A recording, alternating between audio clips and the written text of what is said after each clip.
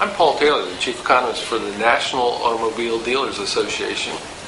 We're located in McLean, Virginia, right outside of Washington. So, Paul, about the state of the auto industry, how the sales are going, how you see them going in the next couple of years. We have them slowing down this year because we have real estate difficulties in this country that we have to work out. Those real estate difficulties are a bit more severe in California, Florida, Arizona, Nevada, Michigan, states that had a lot of variable rate mortgages, and for California and Florida had some affordability issues that caused people to take variable rate loans. That's going to take a while to work out, but we think that we'll see the real estate market come back in about 28 of the states starting this year, likely in 2009 to start to see improvement in California and Florida. This year, in 2007, what do you think they will be in 2008? 2007 we sold 16.1 million units of light vehicles, and we expect that to fall by about 400,000 units. That's about a 2.5% drop. Do you see most of that happening in the California area, Michigan area, where the housing department really is having a hard time?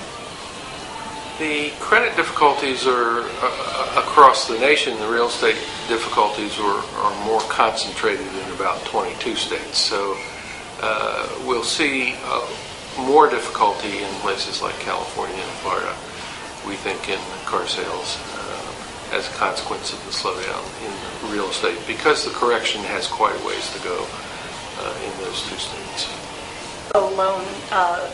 There are more defaults on auto loans than there have been. Do you see that increasing as well? We've seen that uptick. The good news is that the underwriting is pretty good on automobile loans. The collateral is fairly easy to collect as long as it stays in the country. And we're hopeful that more people decide in the traditional way to hang onto the car and rent something if they're in real estate difficulty. But we have seen incidences where people have tried to hold on to the house by selling the car if it's relatively new. But remember, people have to have something to get to work in, and that's going to start to become a greater consideration as we move into slightly higher unemployment. We expect to see unemployment peaking at about 5.3% nationwide from the 4.9% that we have had recently. The Chrysler, a couple other manufacturers are looking at consolidating and even closing some dealerships. Will that create more job loss in some of these areas? We expect to see some dealers consolidate brands at one location, and in quite a few cases, including General Motors, under one roof for GMC, Pontiac, and Buick. But that doesn't necessarily diminish employment dramatically.